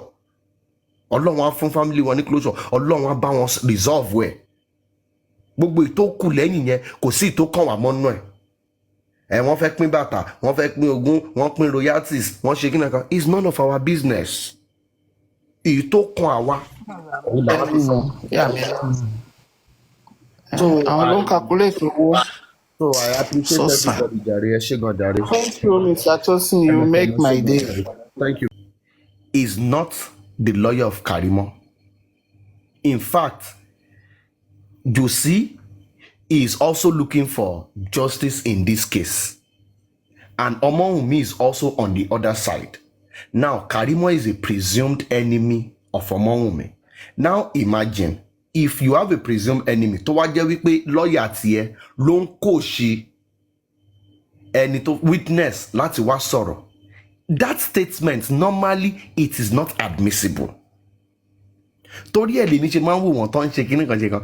If this case tán bá gbé lọ sí court or whatsoever, torí ẹ̀ ibẹ̀ ni àánú Spendy àti Primeboy ti ń ṣe mí. All this their statement tán lọ sọ ní inquest, it is not admissible. Because there are proofs where they've said they've done this. Now, in the case of Karimo, what exactly is the worst Karimo can come and say? Karimo is just an interloper in this case. Gbé borun ọ̀rọ̀ òkan ó kàn rún rẹ̀ mọ́ láàrin. And she's saying, oh, I have something to say. I have something to say. Taba de court, I have something to say. Now they are saying, okay, if you have something to say, kò sí problem. Wá sọ nǹkan tó fẹ́ sọ ní court. So what is the worst Karimo can say? Wùnmí sọ fún mi pé òun lòun gún Mohbad pa. So be it. Ẹ wo mẹ́sẹ̀gì tó send sí mi tó ti confess gbogbo nǹkan tó ṣe fún mi. So be it. So there is nothing new tí Karimo fẹ́ wá sọ. What Karimo has wanted since day one is to be in the middle of this case. Nǹkan tó fẹ́ try láti ṣe lọ́dọ̀ Wùnmí nìyẹn. Torí ẹgbà tó ń lọ sọ́dọ̀ Daddy Freeze, òun ló ń rojọ́, ló ń ṣe kí nǹkan kan. Gbogbo nǹkan tó dẹ̀ ń sọ, àwọn nǹkan tí ó mọ̀ ni. Ó fẹ́ sọ story life èèyàn ju ẹni tó ní life lọ. Karimo herself acknowledge the fact that òun ò rí Mohbad rí face to face. Ìgbà tán ṣe wedding náà ò mọ̀. Tí Wùnmí fi lóyún tó fi bímọ ó mọ̀. And don't forget the fact that gbogbo family problem wọn yẹn kò sí ìtò kan inquest pẹ̀lú ẹ̀ o. Nǹkan tó ṣẹlẹ̀ látọ̀n the 10th tán lọ sí show di on the 12th àbí 13th tán fi sí Mohbad òun náà fẹ́ gbọ́ o. So it is either Karimo is coming with proof wípé Wùnmí ló pa Mohbad. That is it. Tí ò bá ti níyẹn lọ́wọ́ kò sí nǹkan tó fẹ́ wá sọ ó kàn ta puff ni. So kí lọ́ọ̀yà wọn kan ti bá sọ̀rọ̀ kan ṣe kíní kan nǹkan kan gbé wá sí court. I don't get it. Ṣé òkè ṣọ́wọ́n Sam Larry àti Naira Marley tán gbé wá sí court ṣé ọ̀nà pa Mohbad ni. So anybody can come to inquest now. Irú àwa tá à ń sọ̀rọ̀ yìí. If we have information that we think can help the inquest, we will write a letter, we will write an application to the magistrate now that we have information that can shed light to this case, and we would like to come and give our own version. Why invite you? Why no can you know what sort of what about if one reason say okay based on this and this? The magistrate ba feel okay, only help wa lóòótọ́. Why no came about? so Karimo is no ẹ wo ẹyọ tí Karimo yẹn kúrò mi ìfẹ́ máa sọ̀rọ̀ ìyẹn ò sínú kéèsì ìyẹn kàn attachment nìyẹn ń ṣe. ìkan tí mo béèrè kò tí yẹn Olúwatósìn ìkan tó lóun fẹ́ lọ sọ ní kóòtù yẹn bí àṣà sọ fún lọ́ọ̀yà náà kí lọ́ọ̀yà tó ní kó máa bọ̀ àbí lọ́ọ̀yà náà ò tí ì mọ̀ kan tó fẹ́ sọ báyìí rárá. Let me tell you something. Because à ń sọ lọ́sàn-án pé there is no lawyer and a lawyer is here and Tabela is here that there is no lawyer that will ask you to come and witness tí ò dẹ̀ ní kọ́kọ́ gbọ́n tó kọ́kọ́ fẹ́ sọ ná tó ò bí ojú sí àbí kò yẹ. ṣé lọ́ọ̀yà wọn ti gbọ́ látọ̀dọ̀ Sami Larry? ṣé lọ́ọ̀yà wọn gbọ́ látọ̀dọ̀ Naira Marley? ṣé lọ́ọ̀yà wọn ti gbọ́ látọ̀dọ̀ nurse? Sami Larry àti Naira Marley ẹ ní sùúrù Sami Larry àti Naira Marley kò ń ṣe wọn ò rí wọn as a witness to them. Àwọn yẹn wà lórí ọwọ́ wọn ni people see them as a suspect too. Karima kò gbéra ẹ̀ dìde pé òun mọ̀ nǹkan òun nìkan. Don't you think they would have discussed with her? Pé okay ọmọbìnrin yìí ó lò ní nǹkan kí ló ní sọ fún mi. Ṣé kí n sọ nǹkan fún yín bẹ́ẹ̀ mi ṣe ń rí o lórí kéèsì yìí ṣe rí Jòsè fúnra ẹ̀ kò trust Karimo. They don't see Karimo as a witness. Reason tán ṣe fi Karimo kún it is just to suit these old people. Kan ní pé òkè ìwọ náà ní oní nǹkan tó lè sọ àbí pẹ̀lú bó ṣe ń ṣe yìí ó yẹ jẹ́ ká fi sí náà. They are not interested in Karimo nǹkan tí ṣẹ́rí láwọn people yìí wọ́n mọ̀ pé Karimo ò ní nǹkan kan wọ́n mọ̀ kí n sọ nǹkan ẹ má jà tanra wa Karimo ò ní information kankan kò ní kóbókóbó kátikàti tó fẹ́ lọ sọ náà ló ń sọ online yẹn Karimo does not have anything. Ṣé kí n sọ bí tẹ́lẹ̀ ò bá ti bà mí. You still not get my question. Now as the lawyer tó sọ̀rọ̀ lánàá yẹn tó wá tó ó jẹ́ ká mọ̀ ṣé lánàá nàbí ìjẹta tí video yẹn circulate kiri ó jẹ́ ká mọ̀ pé Karimo ń bọ̀ ní next inquest and all that. Yes. My question is ṣé kò ní tí ì bá Wùnmí sọ̀rọ̀ ṣé kò tí ì bá Karimo sọ̀rọ̀ kó tó agree pé kó wá sọ̀rọ̀ ṣé wọ́n tí mọ̀ pé kò tí mọ̀ kan tó fẹ́ sọ. And the person down here said as a lawyer pé kò sí lawyer tó máa ní pé o fẹ́ wá witness torí kan tó ń ṣe lọ́wọ́ tí ò ní béèrè lọ́wọ́ ẹ̀ pé ok kí ló fẹ́ sọ tó máa kọ̀ jẹ́ kó kọ̀ lọ sọ ní court táwọn ò mọ̀ nípa ẹ̀ pé àwọn tí máa kọ́kọ́ mọ̀ ṣé ti understand question tí mo ń béèrè báyìí. Okay ó yé mi now the thing is this ṣé mo wípé tẹ́ bá wo affidavit yẹn náà Darosha is also in that affidavit. They've not spoken to Darosha but they want Darosha to come. To me Karimo is a person of interest. Based on what she has been saying for these past few days, she's acting as if she has some information that can help to shed light to this thing. Kí n sọ nǹkan fún yín? This case, the first priority lawyer Josie is the image of Josie. They would not want a situation where Karimo ma wá àwa sọ̀rọ̀ dáadáa. I also would want to agree with you wípé wọ́n lè ti bí Karimo okay kí náà nǹkan tó ní kí ni nǹkan tó fẹ́ wá sọ kí ni nǹkan tó ti fẹ́ wá ṣe kí ni kan. Now you are getting me. Yes, they might have asked her. Okay, if that is the case, but you first establish you can release and everything. But reason tèmi ṣe ń sọ wípé wọn tí ìbá Karimo sọ̀rọ̀ ni wípé bí case yìí ṣe ń lọ. If they've spoken to Karimo, they would have asked Karimo, do you have evidence for all these things you are saying? Because ní dójú tì wá o tó bá lọ síbẹ̀. And get something right, they are not presenting Karimo as a witness. They are presenting Karimo as a person of interest. And yìí náà mọ̀ nípa kan tó ṣẹlẹ̀. Ó ní information tó lè help wa ẹ jẹ́ ká gbọ́ látẹnu ẹ̀. That is how they are bringing Karimo in. So I would have ṣẹ́rí ẹ̀rù ò bá ti máa bà mí nípa Karimo ká ní wípé Karimo ò tí ì sọ̀rọ̀ lórí social media. Ẹ̀rù ò bá mi nípa Karimo Oluwatosin nǹkan tí mo tún fẹ́ sọ. Now affidavit ó jáde ní ṣé àná àbí ní àná lọ́dàbí pé ó jáde. That means to say wọ́n dẹ̀ ní it is part of application táwọn submit. They would have submitted this maybe two weeks or 1 week ago or thereabout, right? Òun náà submit ní inquest yẹn tí judge tí magistrate yẹn grant nǹkan tó submit lélẹ́yìí. Any last inquest, right? Yes. Nǹkan tí Shitu yìí. That means they've been in touch with Karimo before then, before that inquest. Now ṣebí Karimo ti ń sọ̀rọ̀ ìyẹn ló mú Shitu sọ wípé Karimo will be coming to the inquest láti sọ̀rọ̀ because wọ́n ti forúkọ ẹ̀ sí ní táìmù yẹn.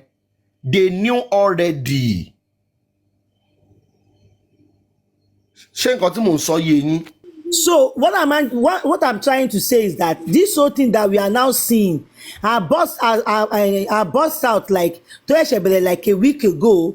It has been in place hidden under G maybe for 2 weeks.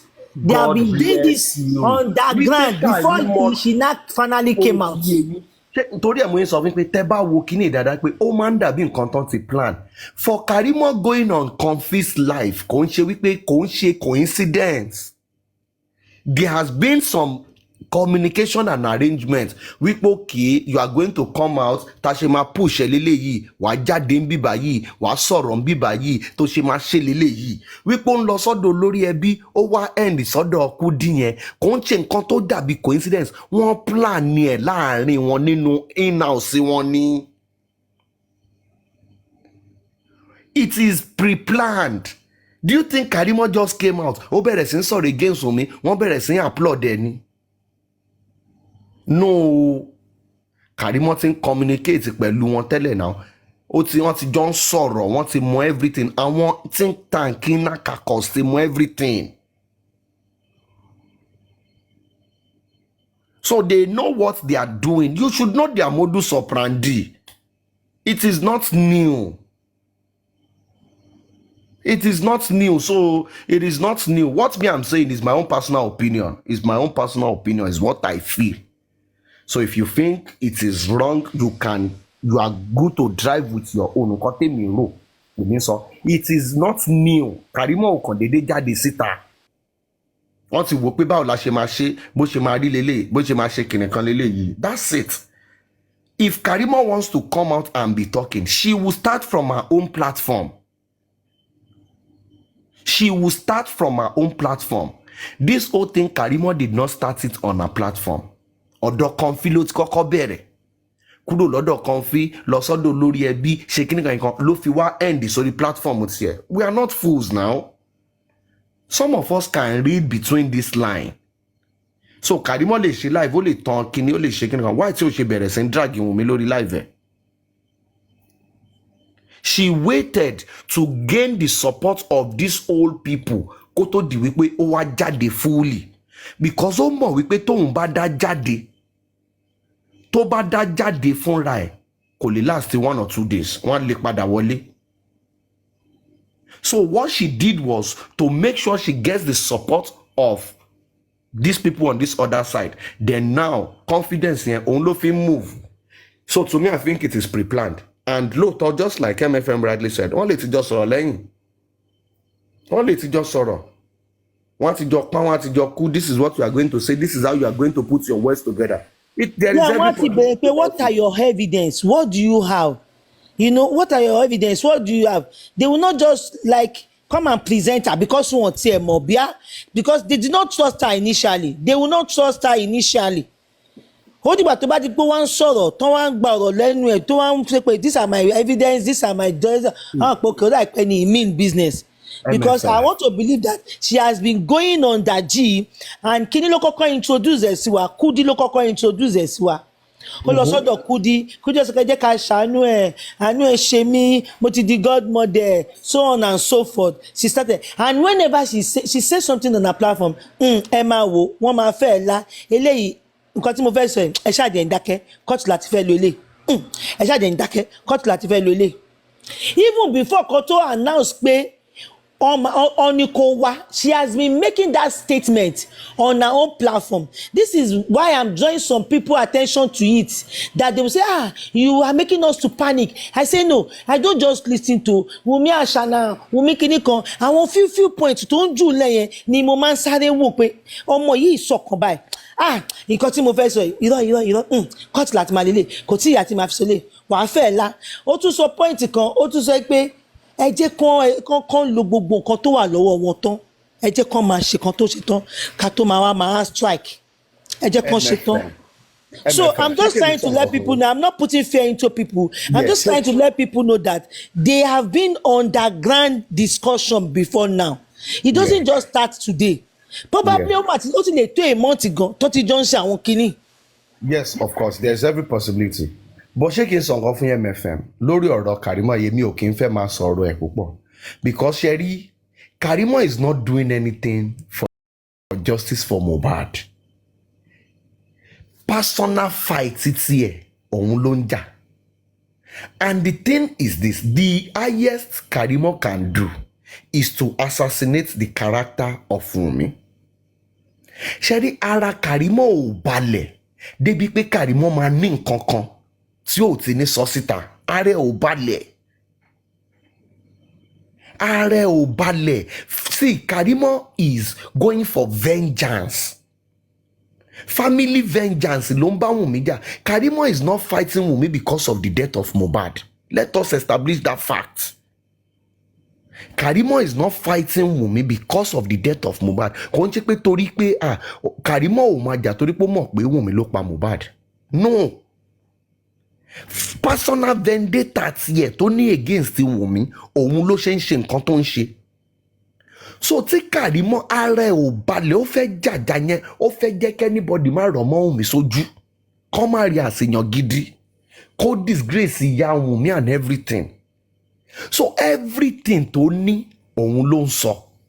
Karimo I can bet with my life Karimo ò ní nǹkan kan. Kò ṣẹ́rí gbogbo ètò ń sọ yẹn ó kàn ń sọ so that àwọn ìyẹn máa lè máa fi ipò ní nǹkan kan lọ́wọ́ lórí pé ìyẹn ló ń lò wípé ó ń tọ́jú ẹ̀ kò fẹ́ sọ fáwọn kò fẹ́ ṣe kíní kan. Irọ́ ni Karimo ò ní anything. Ẹ má jẹ́ kí nǹkan fún wa lámbà kò ní. The worst of the worst is what she has done now. Ẹni tó jáde tó gbé ìyá ìṣépè tó gbé everything ìṣépè tó ṣe ẹ fi pé tó bá ní anything against Wunmi kò tí ní gbé jáde. Ara Karimo ò balẹ̀ kò ní patience yẹn. Èmi máa ní fear ká ní pé Karimo ò sọ̀rọ̀ ni tó kàn jẹ́ wípé bí ó kàn sọ fún pé a máa pàdé ní court tí ó wà online tí ó ṣe anything máa sọ fún pé eléyìí tó sọ pé a kàn máa pàdé ní court yìí ó ní nǹkan kan lọ́wọ́ o. But girl yẹn ara ò balẹ̀. Tí Karimo bá ní ẹni sùúrù ṣé Karimo tó ń sọ wípé CCTV wà nílé yẹn òun lè èmi fẹ́ believe pé ó ní nǹkan lọ́wọ́. Ẹni tó sọ kí ó yá o ẹ tètè o ẹ lọ gbégbèsè o Ìyábọ̀ Òjó ó ti ń ṣe nǹkan underground pẹ̀lú Wunmi o níbo ló ti ń rí information yẹn. Ẹni tó tún sọ pé ẹ mú màmá mọ́ra o ẹ mú màmá mọ́ra tẹ bá fẹ́ gbọ́ justice ẹ mú màmá mọ́ra ẹ pé màmá. Ẹni sọ ó yá kí ni màmá Mohbad mọ̀ ṣé màmá Mohbad wà ń bẹ́ẹ̀ nígbà tí Mohbad kú ni. This girl has nothing kò ní nǹkan kan gbogbo ìtàn sọ pé ẹ má ti jẹun sọlé ẹ má jẹun ṣe kàn ìyẹn ló fi ń dè wọ́n níṣẹ́ tó fi ń dè wọ́n táwọn yẹn ń fi ipò ní nǹkan kan lọ. And if you listen to ṣé voice note kan fi drop fún ní ṣé àná ni ẹ máa mọ̀ pé àwọn people mọ̀ wípé kò ní nǹkan kan. But it is just a case of the enemy of my enemy is my friend òun náà fi Karimo ṣe òun náà dẹ̀ ni Karimo fi wọ́n ṣe. Wọ́n mọ̀ wípé kò ní nǹkan kan lọ́wọ́ but reason tí lọ́ọ̀yà Mohbad gan tínú ẹ̀ máa fi dùn tó máa fi ní pé tí lọ́ọ̀yà Jòsí tínú wọn máa fi dùn tó máa fi ní pé òkè kàn gbé wá sí kíní kan ṣé bá ọmọ ìyá Wunmi ni tó bá lóun fẹ́ testify against ọmọ ìyá òun kí ló wà ń bẹ̀. Karimo wants to come and testify against Wunmi now. See the thing is this get it right ká má mix ẹ̀ papọ̀ o. Àwọn Jòsí kan náà lọ pé Karimo wá pé wá testify against Wunmi o. Karimo fúnra ẹ̀ ló sọ wípé mo fẹ́ wá testify against ọmọ yìí ṣé kán wá lè dànù ni. Nǹkan tí ò bá òun kò fẹ́ wá sọ dáadáa ni o burúkú ni o máa bọ̀ wá sọ náà máa sọ náà. Ó máa tiẹ̀ fi tètè help wa ni. So inú tèmi dùn nǹkan tí Karimo mọ̀ yẹn jẹ́ kó wá sọ. Let her come and say it. Èmi ò ṣẹ́rí gbogbo ti ká èmi ò fọ́ fún Karimo èmi ò rí anything kò Karimo ò ní one evidence lọ́wọ́ kò ní. Tí Karimo bá ní evidence tó gara lọ́wọ́ and everything gẹ́ẹ̀yẹn ò farabalẹ̀. Hatred tó ní fún Wunmi àti ìyá Wunmi kò lè jẹ́ kí evidence kankan kó gbénú ẹ̀ fún one day. a ti sọ síta so that àwọn èèyàn tètè lọ pa Wùnmí so that everybody tó ń support Wùnmí gan á ti kúrò lẹ́yìn ẹ̀. Evidence ló ní tó sọ wípé ẹ wo wípé shoot Mohbad ní òun ló kó wá sí Amẹ́ríkà yìí òun ìyá Wùnmí kó wá sí nígbà tó máa kó evidence ẹ̀ jáde Nike ni Mohbad wọ̀ Lacoste ló ń fi hàn wá. Irú èèyàn báyìí lẹ fẹ́ jẹ́ kémi believe pò ní nǹkan kan lọ́wọ́. Karimo ò ní anything, kò ní anything. All she's doing is just psychology ló ń lò fún reverse psychology ló ń lò ó kàn ń fi wọ́n sí ni kí ni kankan àwọn fúnra wọn mọ̀. Mr. Tosin ìgbà tó náà fẹ́ play voice note tóun fi mọ̀ pé òun ò bá bàbá sọ̀rọ̀ ṣebí tí ẹ fi ń bu ni pé ṣé o mọ Mohbad ni ṣé bó fẹ́ fi Mohbad kó fi relevant ni that's what that woman was saying now. The woman did not say she's not talking to Josie. No. Ó ní ṣé o mọ Mohbad ni àbí kí ló kàn ẹ́ pẹ̀lú Mohbad. Ẹ̀yàn ò ní anything ẹ má jẹ́ àtàrà wa kò lẹ́nìtì. She play for us. The only evidence tí Karimo ní àràbù nǹkan tó fẹ́ fi bú ìyá ẹ̀ òun ló ní lọ́wọ́ kò ní nǹkan kan tó lè fi ní ìlú Wùnmí kò ní àràbù ìyá ẹ̀ ló lè bù nǹkan tó ń lọ fún inquest fún kò sí nǹkan tó kàn wọn ara inquest pẹ̀lú nǹkan tó ṣẹlẹ̀ ní family yín náà. Kó tiẹ̀ máa bọ̀ ó máa jẹ́ ká tètè rí justice. Come. Inú tèmi ń dùn ẹ jẹ́ kí Karimo wá kó wá in fact nǹkan tó fẹ́ sọ against Wùnmí yẹn kó tètè wá sọ.